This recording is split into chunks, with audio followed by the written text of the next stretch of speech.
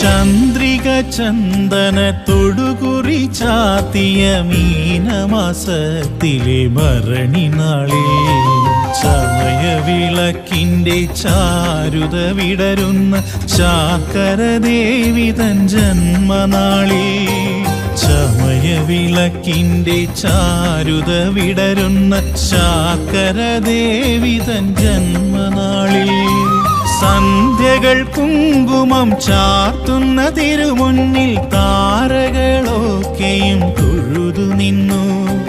സന്ധ്യകൾ കുങ്കുമം ചാർത്തുന്ന തിരുമുന്നിൽ താരകളൊക്കെയും തൊഴുതു നിന്നു. താരകളൊക്കെയും തൊഴുതു നിന്നു.